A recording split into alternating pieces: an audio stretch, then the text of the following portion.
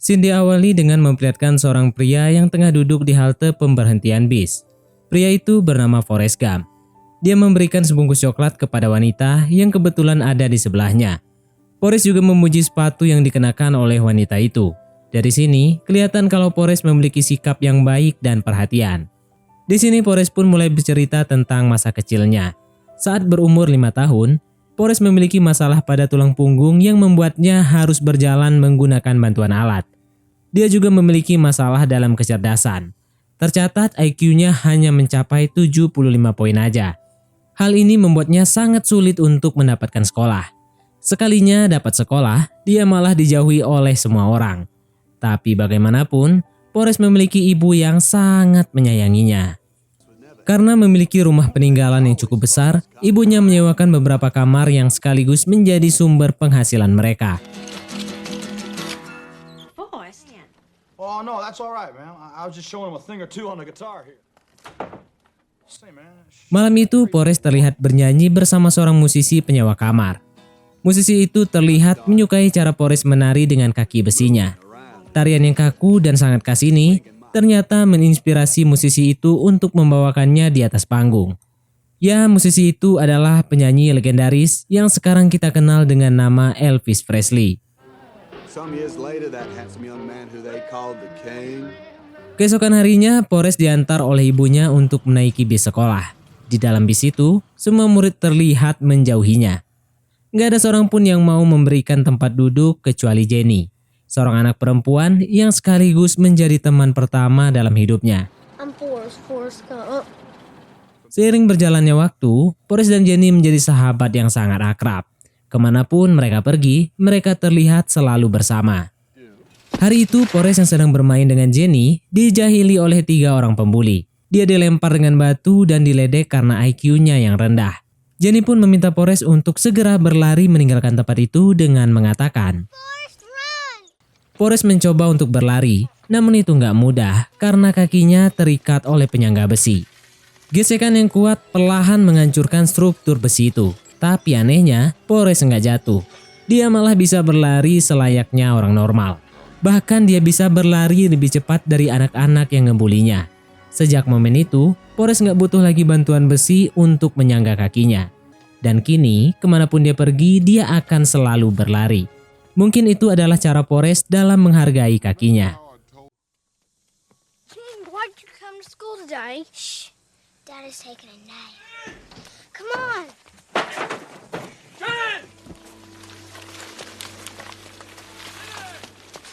Play with me, Forrest. Play so I can fly far. Hey, stupid! Quit it! Bertahun-tahun berlalu di tempat yang sama dan dengan orang yang sama. Forrest kembali dikejar oleh 3 orang yang pernah ngebulinya dulu. Kini mereka melempar dan mengejar Forrest menggunakan mobil. Dan kembali Forrest mampu berlari lebih cepat. Bahkan Forrest nggak sengaja melintas lapangan football yang dimana larinya lebih kencang daripada orang-orang di sana. Kecepatannya itu dalam berlari dilirik oleh seorang pelatih football yang ada di sana. Singkat cerita, kini Forrest bermain sebagai tim inti di Football Universitas Alabama, sekaligus menjadi kontribusi terbesar atas kemenangan beberapa tahun ini.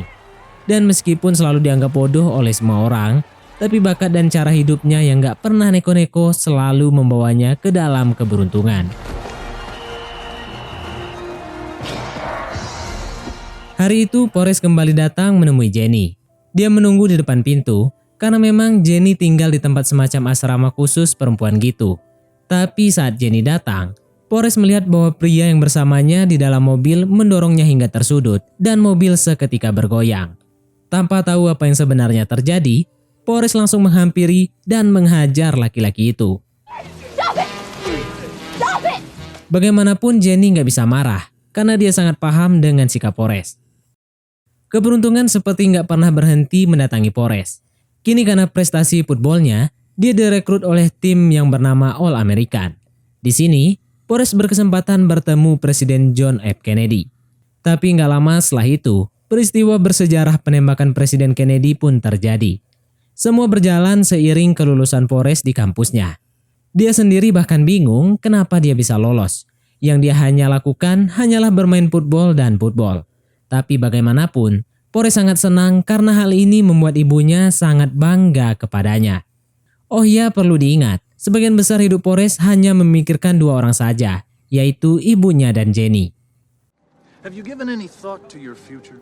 Setelah lulus, tawaran bergabung sebagai tentara Amerika pun diterima oleh Forrest. Seperti awal sekolah dulu, dia kembali memasuki sebuah bus yang kembali juga dia dikucilkan oleh seluruh koleganya. Nggak seorang pun yang mau memberikannya tempat duduk, kecuali seorang pria kulit hitam yang bernama Benjamin, atau lebih akrab dipanggil Baba. The name is Benjamin Buford Blue. Dengan obrolan pertama yang dimulai oleh Baba adalah tentang udang. Dan topik ini nggak akan ada habisnya. Keluarganya berprofesi sebagai koki, spesialis udang 2 generasi. Tapi sepertinya Baba udah bosan dengan proyeksi itu. Kini dia mengajak Forrest untuk berbisnis setelah mereka pensiun nanti. Dan bisnis yang ditawarkan oleh Baba adalah tentang udang. Saat berada di mes, sekilas kita diperlihatkan bahwa Forrest sangat berbakat dalam bidang yang membutuhkan kecepatan dan konsentrasi tinggi. Hal ini terbukti dari kemampuannya merakit senjata yang sangat-sangat cepat. Malam harinya, Forrest yang tengah memikirkan Jenny diberikan majalah Playboy oleh koleganya. Dan yang mengagetkan, ternyata Jenny ada di dalam majalah dewasa itu. Forrest yang mengkhawatirkan Jenny memutuskan untuk menemuinya di salah satu show. Dan benar aja, Jenny terlibat argumen dengan seorang penonton yang ada di sana. Seakan tahu apa yang harus dilakukan, Forrest langsung menyelamatkan Jenny dan sekaligus mengacaukan show-nya itu.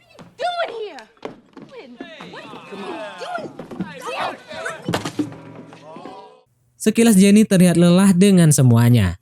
Dia meminta Forrest untuk berhenti menyelamatkannya. Tanpa memberikan kesempatan, Jenny bergegas meninggalkan dan meminta Forrest untuk menjauhinya. Di akhir kalimat, Forrest ternyata berniat untuk menyampaikan bahwa dia akan segera ditugaskan ke Vietnam. Jawaban yang aneh dari Jenny, karena dia berpesan agar Forrest berhenti menjadi pemberani. Semua yang dibutuhkan hanyalah lari dan lari. Mungkin banyak arti dalam kalimat ini. Tapi yang pasti, Jenny terlihat mengkhawatirkannya. Sampailah Forrest di Vietnam. Dia dan Baba berada di bawah pimpinan Letnan Dan Taylor. Letnan memberikan briefing kepada mereka tentang medan yang akan mereka tempuh. Dan sampailah pada hari itu. Forrest mengaku nggak tahu banyak apa yang sebenarnya tengah mereka lakukan. Yang dia paham hanyalah mengikuti perintah. Dan perjalanan panjang ini kini telah berlangsung selama 4 bulan. Berbagai medan telah mereka lalui. Bagaimanapun, Forrest masih konsisten menulis surat untuk Jenny. Dia selalu menceritakan apa yang dia lihat dan apa yang dia lakukan. Tapi sayangnya, surat itu nggak pernah mendapatkan balasan. Keesokan harinya mereka melanjutkan perjalanan. Di tengah hutan yang sepi itu, tiba-tiba terdengar deruman mesin gun yang berasal dari hutan di depan mereka. Ya, itu adalah tentara Vietnam yang telah menunggu mereka. Posisi yang tidak menguntungkan mengharuskan mereka untuk segera meninggalkan tempat itu. Di momen ini, Forrest kembali mendengar teriakan dan kata-kata yang sama. Ya, sekilas mungkin dia teringat Jenny sebelum akhirnya memutuskan untuk berlari. Setelah begitu jauh berlari, Forrest teringat bahwa ia telah berpisah dengan rombongannya. Baba pun juga udah nggak terlihat. Forrest akhirnya kembali untuk mencari rombongannya. Dia mulai menemui beberapa koleganya yang telah tertembak jatuh, termasuk Letnan dan Baba. Sayangnya, sahabatnya Baba harus gugur di pertempuran itu. What just happened? You got shot. Bubba was my best good friend. Sampainya di rumah sakit, Letnan selamat karena pertolongan Forrest, tapi dia kehilangan 2 kakinya. Letnan sebenarnya marah banget sama Forrest, karena menurutnya Forrest telah mencurangi takdirnya. Dia yang seharusnya mati dalam segala kehormatan, kini harus hidup menanggung sakit kehilangan 2 kakinya. Untuk membunuh kebosanan selama berada di rumah sakit, seorang prajurit mengajarkan Forrest cara bermain pingpong. Satu kata yang mendasari karir pingpongnya, yaitu jangan pernah melepaskan pandangan dari bola. Dan kini, Forrest menghabiskan seluruh waktunya di depan meja pingpong itu. Dan hari ini, Forrest kembali bertemu presiden. Dia juga kembali diberikan penghargaan atas jasanya di Vietnam. Dan untuk sekian kalinya, Forrest ngebuat ibunya bangga. Dan saat keluar melihat kota, sebuah organisasi damai menariknya ke dalam sebuah barisan. Forrest yang terbiasa mengikuti perintah mengikuti barisan itu menaiki sebuah panggung, yang dimana itu adalah panggung protes atas perang Vietnam yang berlangsung, dan Forrest terlibat di dalamnya. Seorang tentara yang berada di dekat sound system mengetahui bahwa Forrest pasti bakal ngaco. Dia pun akhirnya mencabut semua kabel itu, dan saat audio kembali tersambung, pidato Forrest telah selesai. Ya, ini jelas membuat demonstrasi kesal karena mereka nggak mendengar apapun. Tapi yang nggak disangka adalah ternyata salah satu dari demonstrasi itu adalah Jenny. Jenny pun meneriaki Forrest dari kejauhan. Untungnya, momen dramatik ini berhasil meredam kekesalan para demonstran itu. Forrest akhirnya kembali bertemu Jenny. Tapi ternyata Jenny sekarang tergabung dalam organisasi pengecam perang yang dilakukan oleh Forrest. Hingga akhirnya Jenny pun ditarik kembali ke rombongannya. Dari kejauhan, mata Forrest nggak bisa terlepas dari wanitanya itu. Dan Forrest pun akhirnya menyaksikan kembali seorang pria memukul Jenny di hadapannya. Forrest marah dan langsung menghajar pria itu di depan rombongannya. He should not be hitting you, Jenny. Bagaimanapun mereka berdua sangat senang bisa kembali bertemu. Tapi di balik itu, Jenny menyadari kalau dia dan Forrest kini memiliki dua kehidupan yang sangat-sangat berbeda. Sebelum berpisah, Forrest memberikan lencananya kepada Jenny. Karena menurutnya, lencana itu dia dapatkan atas motivasi yang Jenny pernah berikan. Dan udah kayak gitu aja, mereka kembali terpisah tanpa tahu kapan akan bertemu lagi. Sementara itu, karir Forrest dalam olahraga pingpong terus melejit. All-American memilihnya mewakili tim nasional dalam ajang kompetisi di Cina. Sekaligus ini merupakan misi perdamaian, karena Amerika dan Cina sebelumnya nggak pernah berhubungan. Saat kembali ke US, namanya melambung tinggi, dan dia pun diundang kemana-mana. Bahkan malam itu, dia berkesempatan bertemu salah satu personil The Beatles, yaitu John Lennon. John Lennon. No religion too? Hari ini Forrest memutuskan untuk resign dari semuanya. Dia kembali ke rumah untuk bertemu sang ibu. Ia juga mengunjungi rumah Baba. Ya jelas mereka semua nggak mengenalinya. Forrest juga mengunjungi makam sahabatnya itu. Dia tahu kalau Baba sangat ingin memulai bisnis udang. Tapi perjuangannya ternyata selesai lebih awal. Maka dari itu, Forrest pun berniat untuk melanjutkan mimpi sahabatnya itu.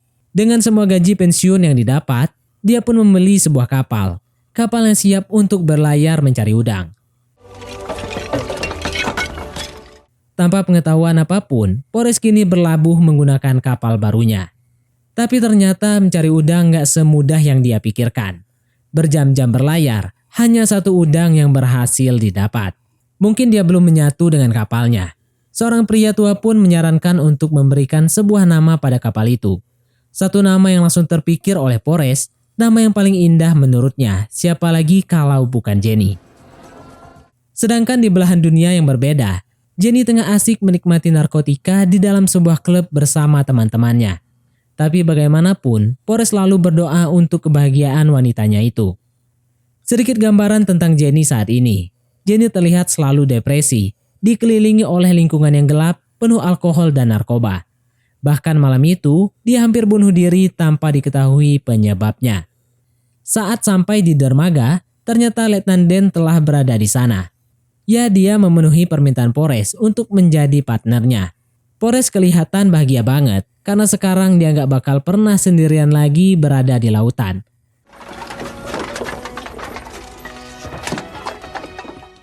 Tetapi setelah berminggu-minggu lamanya mereka di tengah laut, hasilnya masih sama. Udang seperti nggak menyukai mereka.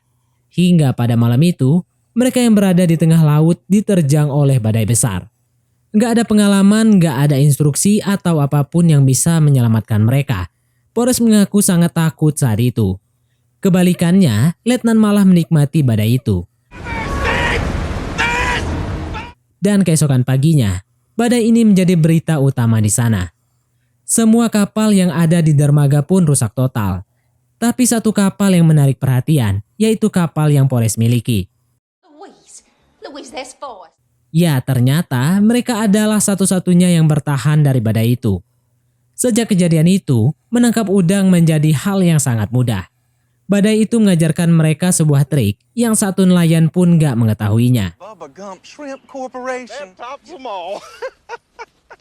Tapi sayangnya, Forrest kehilangan ibunya saat dia berada di puncak karirnya. Ibunya meninggal karena kanker. Menurut Forrest, ibunya adalah seorang wanita bijak yang selalu punya cara untuk menjelaskan sesuatu kepadanya. Dan kini, aset perusahaan yang bernama Bubba Gump diinvestasikan oleh Letnan pada sebuah perusahaan yang berlogo buah. Simpelnya, Forrest akan terus mendapatkan uang tanpa harus bekerja. Forrest pun teringat pada sebuah nasihat dari ibunya bahwa manusia hanya butuh sedikit uang, lebihnya untuk disumbangkan. Maka dari itu, Forrest pun menyumbang dengan membangun rumah sakit nelayan, tempat ibadah, dan gak lupa memberikan bagian baba kepada keluarganya. Dan waktu pun berlalu. Entah ada angin apa di siang itu, Forrest yang selalu merindukan Jenny mendapatkan jawaban. Jenny datang ke rumahnya. Gak ada alasan, cuma datang aja. Forrest juga nggak bertanya banyak, tapi ia ngelihat Jenny terlihat sangat lelah. Yang dia lakukan hanyalah tidur dan tidur. Tidur layaknya orang yang belum pernah tidur selama bertahun-tahun. Singkat cerita, hari-hari pun berlalu. Mereka menghabiskan waktu bersama.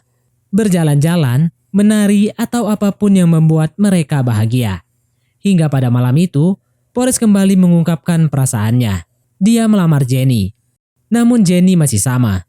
Dia menolak Forrest untuk kesekian kalinya.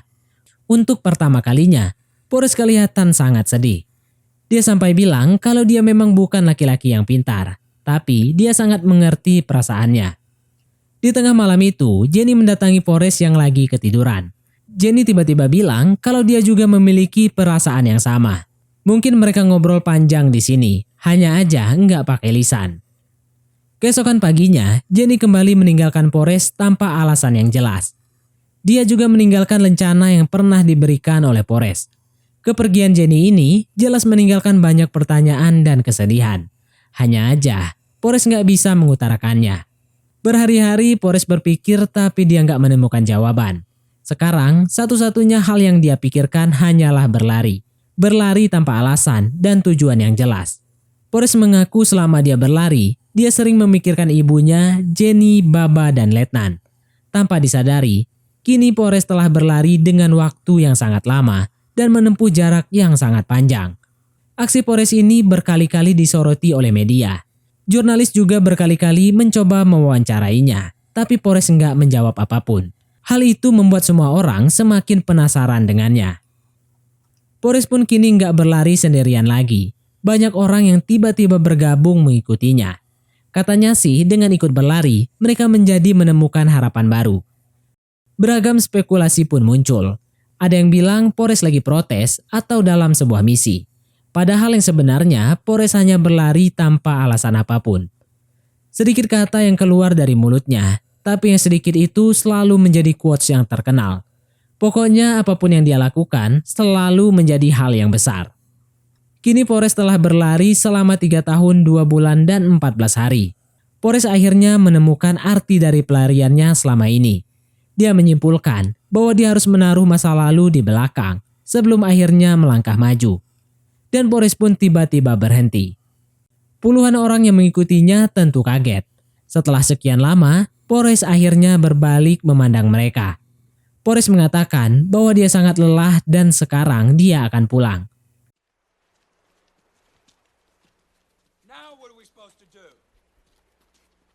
And just like that.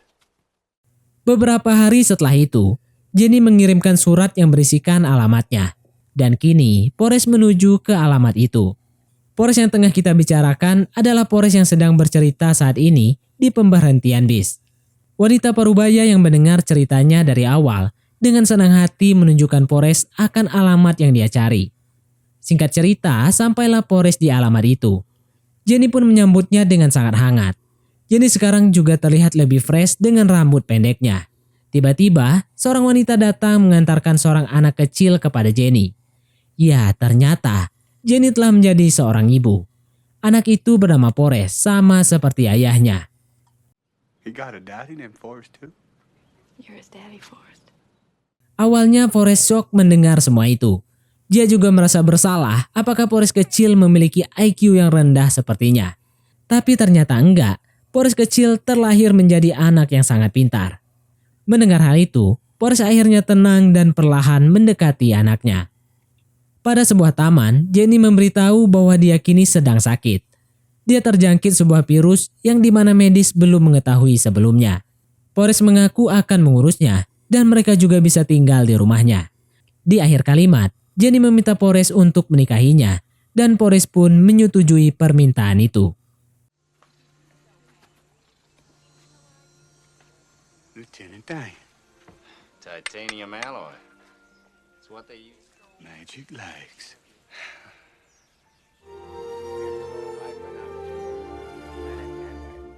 Gak berselang beberapa lama sejak hari pernikahan mereka, Jenny kembali jatuh sakit. Dia terbaring di kamar yang sama yang digunakan oleh ibu Forrest dulu. Forrest sempat menceritakan seluruh perjalanan panjangnya sebelum akhirnya Jenny meninggal. Kini di depan batu nisan, Forrest yang gak pernah terlihat sedih menangis meninggalkan kuburan Jenny. Di akhir film, Forrest terlihat mengantarkan Forrest kecil masuk ke dalam bis yang sama saat dia kecil dulu. Sebelum Forrest kecil menaiki bis itu, dia melihat ke arah ayahnya dan mengatakan bahwa ia sangat menyayangi ayahnya dan film pun tamat. Mungkin sampai di sini saja teman-teman untuk alur cerita film kita kali ini. Terima kasih buat teman-teman yang telah mengikuti alur cerita film ini sampai selesai. Sekian dari Mimin, sampai jumpa di konten berikutnya.